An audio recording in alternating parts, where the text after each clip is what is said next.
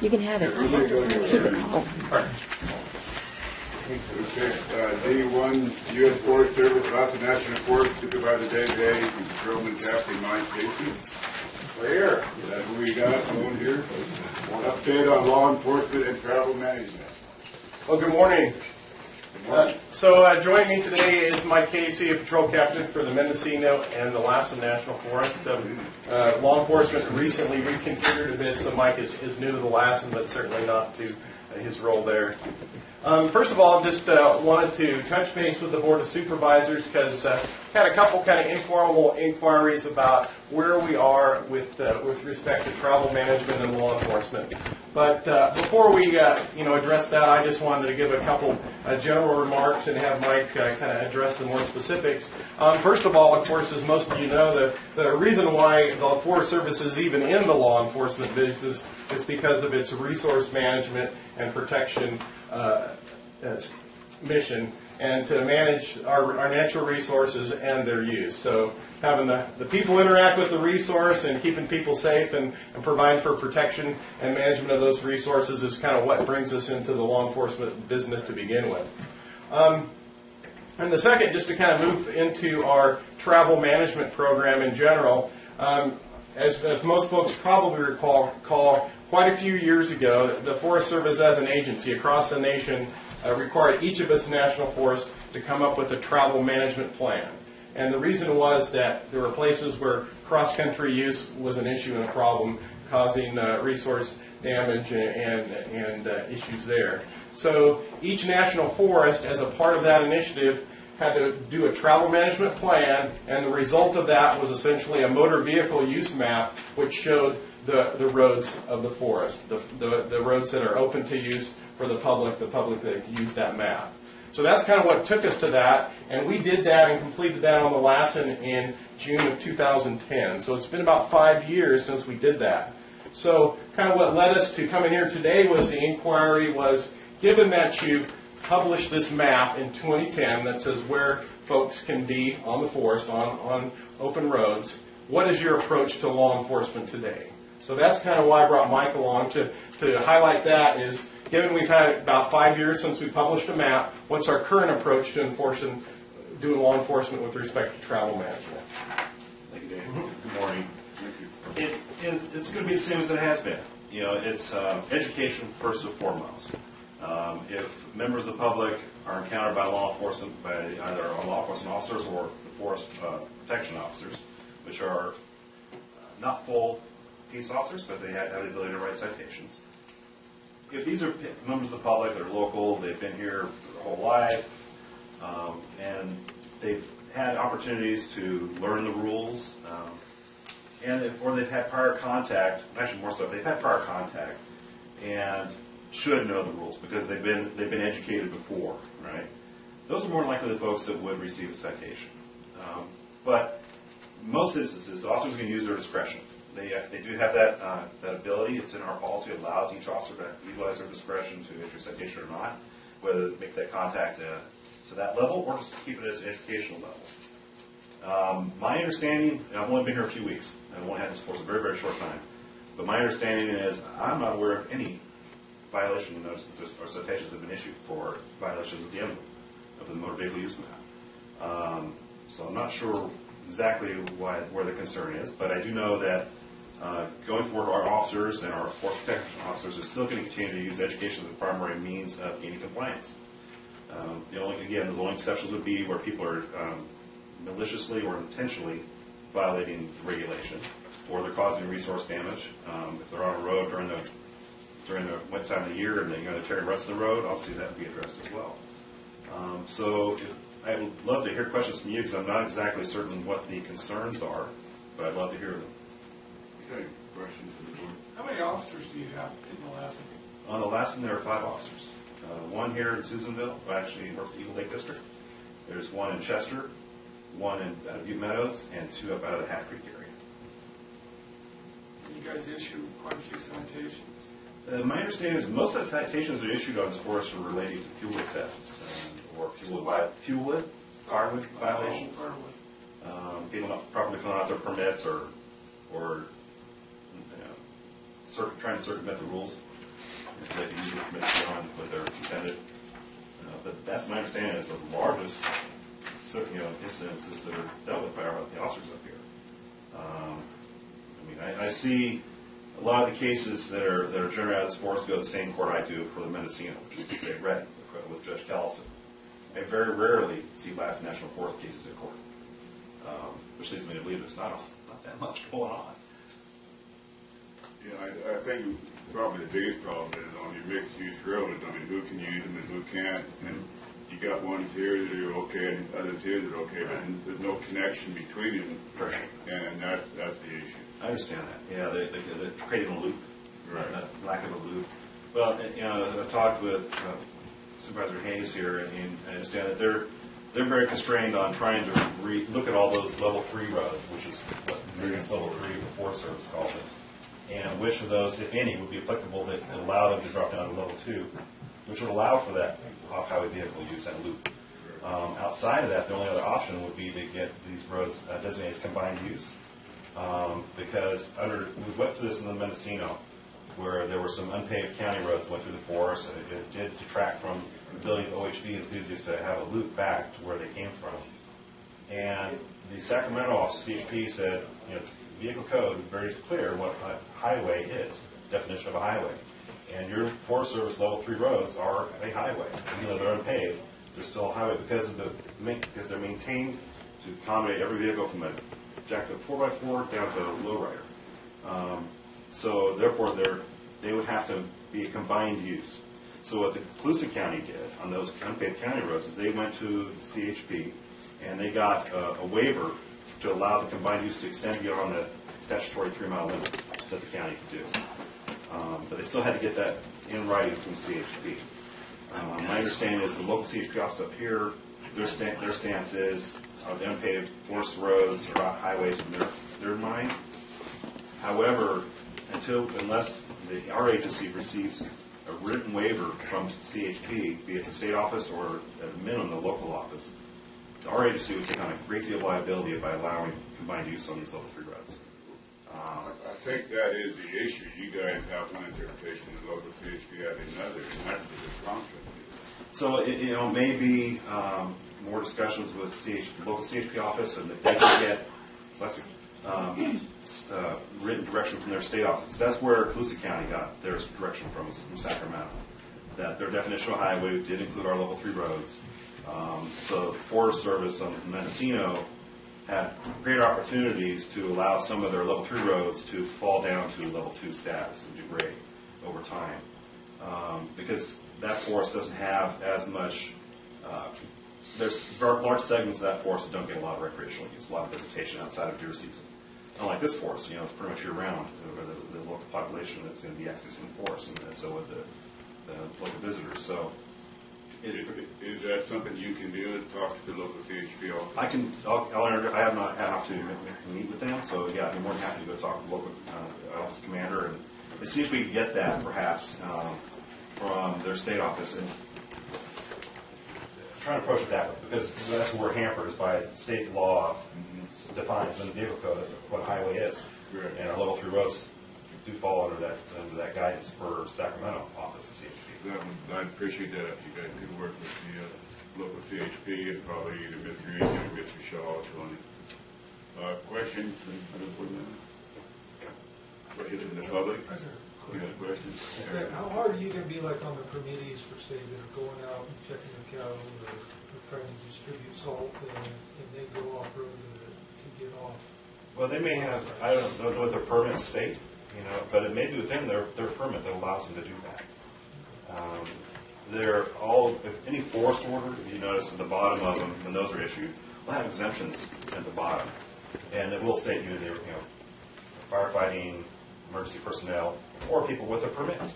So if it's within the grazing use permit that allows for that, then they'd be allowed to do so. Obviously, it makes sense. You have to set up for salt flakes, here and there. We're kind of walking on the road all the time. But I don't know what is within their permits. So. Is there any citations issued to permittees? Not that I'm worried. Have you guys given any citations to people using off-road vehicles on the level 3 and 4 roads? Not that I'm worried. Not yet. Not you, public lives, or? Are you still in charge of Mendocino Yes, yes, sir. and here? Yes, sir. So you drive back and forth? Yes, sir. Didn't they find a closer force for you? Well, I had Tahoe for a while. Oh, Lassen closer to Mendocino. Yeah. My office is in Willow, my primary office, but some realignment was determined needed due to the decrease in our captains in the region due to retirements. So far we've only been able to back up behind the Tahoe's captain position. That was just last fall. But my understanding from our regional commander is that Lassen National Forest is the next priority to get a new captain when, as soon as our budget allows for that hiring to occur. So Lewis isn't good enough, they have to go to Minnesota. Yeah. Anybody else? So, I've already I have one follow-up. I've already talked with, fortunately I already have relationships with Tama County because they're in the Mendocino as well, as I used to work for them. So that makes that section of the Lassen National Forest a little easier to transition to. What about marijuana growth? My understanding on this forest is pretty much down in the front country, down in the lower end of Butte County, Tama County portion of the forest. I'm not aware of it being a problem up here in Lassen County. Just the growing season is probably too short, usually, aside from the last couple of winters. I think the letter here, I don't know, I'm sure you've seen it to Mr. Randy Moore, June 5th, 2014, by Lamotha. That letter kind of states the issue of the CHP and the Forest Service. I have not seen that. I have not seen it. And Bob, we did kind of capture that conundrum, if you will, in a briefing paper that we sent up to the regional office here recently, and just kind of waiting to hear back because we'd like the confusion cleared up, and it's not like the regional office has an opportunity to do that for a bunch of forests. It's hard for us to do anything when we got that confusion. Sure.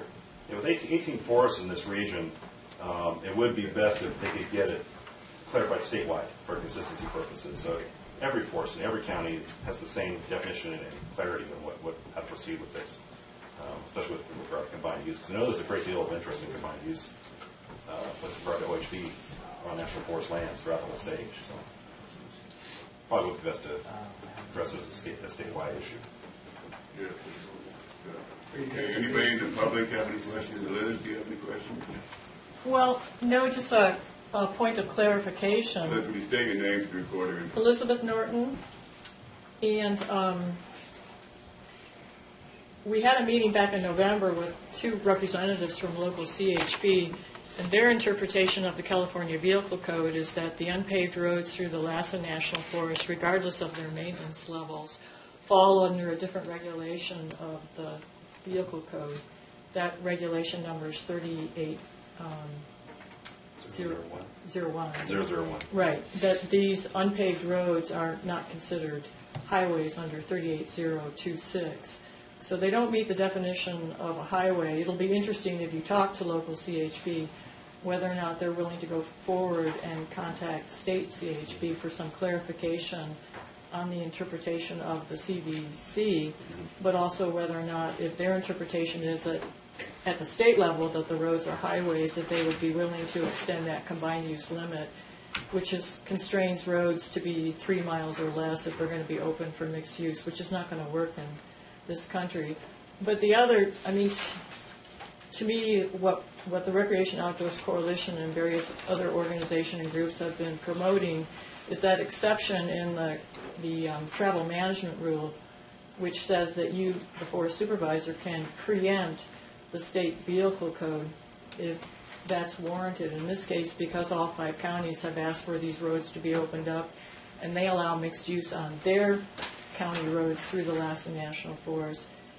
To us, that seems like the most acceptable solution, is that Dave agreed that you can maintain them as highways, as maintenance level 3 or 4 roads, but if they're unpaved, that you're going to open those roads up for mixed use, regardless of what the California Vehicle Code says.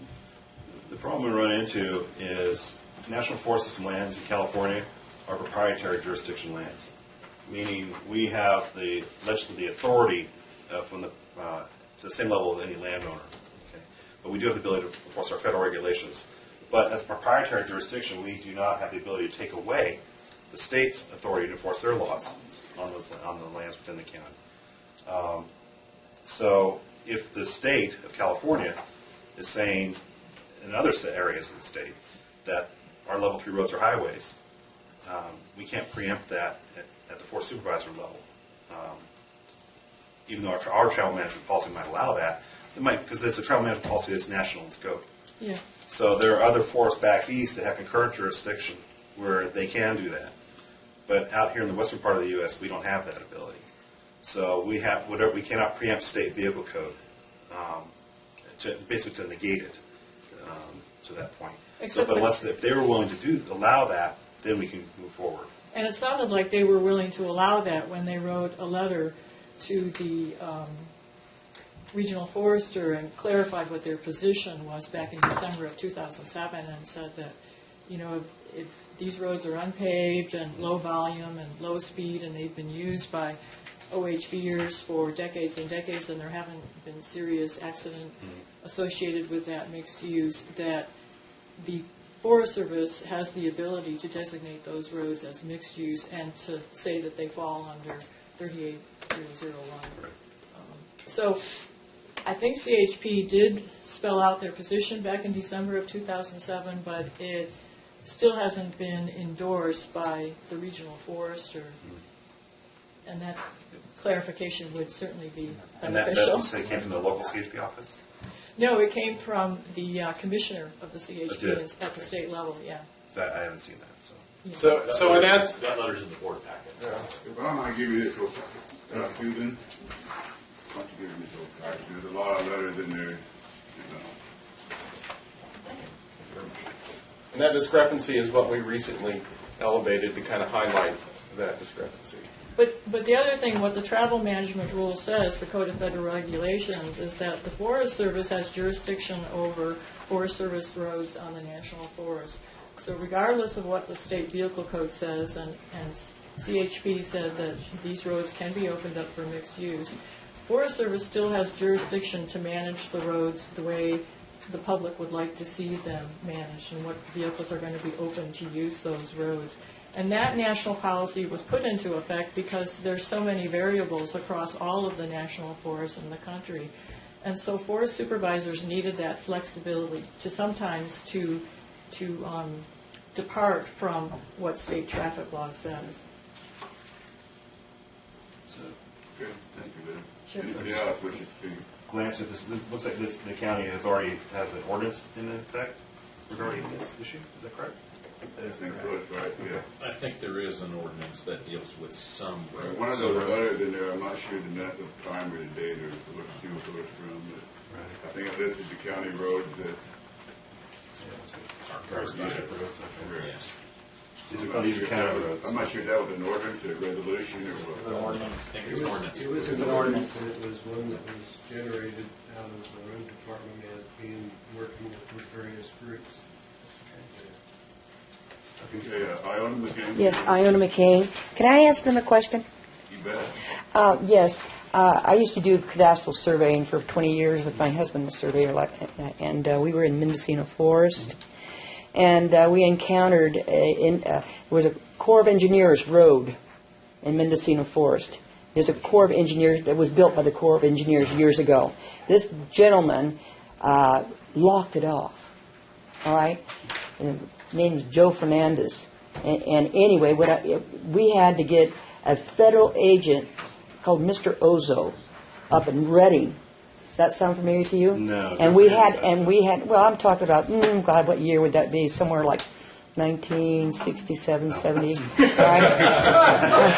All right. What my question is, when Mr. Ozo was a federal agent, and he said, stop surveying if that's what they're growing out there in the forest, let it hang from the trees, but a surveyor, get out of here. All right. And I was wondering, do you have such an agent up there in Reading? Is a federal agent? No.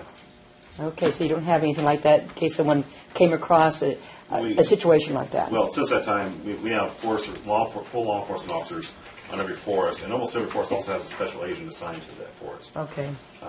So, for example, in Mendocino, we have two special agents, one out of Willows and one out of the Upper Lake side. This forest has one here out of Susanville. There are three agents out of Reading. Okay. But there are ways to follow up on things like that. But I was wondering, if we couldn't get a hold of you, then where do you go? Because this was in Mendocino where we were working. but back then, that would have been prior to what they call now they're called the Stovepipe Law Enforcement Organization within the Forest Service. That predates that. Okay. We became Stovepipe Law Enforcement in the early 90s, or around 92, 93. Prior to that, everybody that was law enforcement had that as a collateral duty. And so you could have a timber sale administrator who also part-time put on a duty belt and went out and did law enforcement. But now we're full-time law enforcement, and I'll go to an academy and Thank you. yeah. Okay, thank you guys. Dean, our sheriff. Just real quick, I haven't had a chance to meet the captain yet. He did come talk to the undersheriff about a week or so ago. And a few weeks ago, probably about 3 or 4, we had an opportunity that some law enforcement from the regional level, I believe, came up and met with me. And we have a strong relationship with Forest Service, obviously both here and on the Modoc up in northern Lassen County where we do have more marijuana gardens. But we appreciate that relationship and look forward to working with you in the future. We're glad to have you. Thank you. We've been lucky in the past between Mike Zanino and Dwayne Jackson. They were local guys who understood how we like to live around here, and we like to make use of our public resources or our natural resources. And we're looking forward to this new partnership. So, thank you, sir. Any more questions? Liz? I wonder if it would be possible to get a copy of the briefing paper? Dave, Sure. if you could send it to the board or to Tony? I'll send it to Tony, sure. Okay, thank you. Okay, any more questions? All right, thank you. Any more questions? Thank you guys very much for coming. We appreciate it. Okay, have a good one. We'll go to H6, Board of Supervisors, Jeff Hemphill. I brought this up on an unagendized report a couple meetings ago when the barn out there on SPI burnt down due to transients camping out there. I asked Richard to agendize this. I think we have it's not a city problem, it's not a county problem, it's a community problem with the transients and what's going on in our community. It's time for us to at least start talking about it so something can happen. If I might jump in, Mr. Chairman, I think the situation that we find ourselves in is that we've got some transient residents of the area who have had, up until a year or so ago, had been camping within the city limits of Susanville. And the city adopted a camping ordinance that basically zoned them out of the city, and so they've moved immediately outside the city limits into county jurisdiction on private property and set up camps adjacent to the city of Susanville. So they've kind of been pushed right outside the city limits, and now we've got this issue that we need to deal with on private land outside of the city, but immediately adjacent to the city, primarily owned by SPI, where the fire in the barn occurred a couple weeks ago. Our quick analysis of that is that we could do something similar to what the city did and zone them out of the county jurisdiction as well, but not sure if that really addresses the issue of there being kind of an attraction to homeless people to parts of the city of Susanville. So I guess that's where we start the discussion. We're interested in direction from the board as to how you'd like to address that issue. If there were people camping on my property, I'd call the sheriff and have them removed. Well, why would that be any different for SBI? I think, if I may, please, Mr. Chairman, I have some experience with this in my former capacity. I do know that the SPI land, which was formerly the mill land, well, it still is mill land, is one of the favorites for folks to camp. Where was the house is gone now? Well, that was only encampment down there still. That was only one. There's quite a few folks. And, you know, the folks at SPI have done, I think, a good job of trying to be proactive with law enforcement, and yet they have a big piece of dirt, and it's hard to police all the time, and so I think they've struggled there. I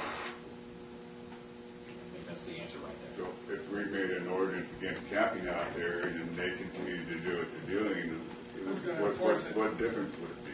Who's going to enforce it? How would it change anything, I guess? I mean, either they're breaking a private property law and camping on someone's property, which is against the law as it is, or they're breaking a new county ordinance saying you can't camp there. I don't see how that's going to fix it. Yeah, and the sheriff may want to comment on that. The Sheriff, difficulty, do you want to comment? well, I'd have to do some research. The hard part with people with squatters is once they've, you know, if they come onto your property, Bob, and we know in short order, it's a lot easier to move them along. It's a violation of trespassing. The problem is if they've been there and established and squatted and established, you know, a quasi-residency on your property, it gets harder. I don't know that, like I said, we'd have to work with county council doing some research, but it's not quite as easy as it might sound as far as. But do you think a county ordinance like a city did would take care of the issue? I don't know. The concern I have about the county ordinance is, you know, if we shape it, the hard part is people camp in our county all the time during deer season, other times, other places. If you look at an ordinance, you know, you'd have to make sure that I would want to. There are some people that legitimately having camping and having a good time and not offending anybody. I don't want, you know. Mr. Chairman, if I may. There is a concern that if you create an ordinance which essentially either makes the crime or somehow prohibits camping, that other than in the designated areas, and what, that be countywide, that essentially the only people that are really impacted by that are the folks that don't have anywhere else to go, or can't afford to go anywhere else. And so what you then see is legal aid organizations becoming potentially interested in what essentially becomes a status crime, because they don't have anywhere else to go, they can't afford to go anywhere else, and you just made them a criminal because they can't afford to do anything different. I mean, that's at least the argument that's advanced. And there's a concern now. I share Mr. Egan's view, and that is rather than dealing with the symptom, what about cause? Is there an attraction? Well, it's really civic is attractive. Nobody's going to bother you. It's a huge piece of ground that can have clean animals. Well, and we think even in addition to that, that it's not visible like you would obviously notice if somebody was camping on your land. But you don't necessarily notice these people until they come creeping out of the willows on the river. Or the white drops is high, Yeah, there's plenty of places to hide, but I think the reason that they're looking for a place to camp is that there's an attractive nuisance on Main Street that's attracting people from other communities to our community to get a free meal and what have you, and to date really not be held accountable for trespassing on private property because of they're not as visible. Well, don't we already have a camping ordinance that limits the amount of time you can stay in one place? We have all the laws in place. I think Maury can answer that. Maury Anderson, Planning Board Services. I recognize your concern that it's not one type of problem. The problem of proximity to the city, that's why people are here, because the access to food and services is here. But as a side issue, we don't have a camping ordinance. We do have this thing from the 40s that talks about the health officer can do certain things, but a bona fide camping ordinance we've not had.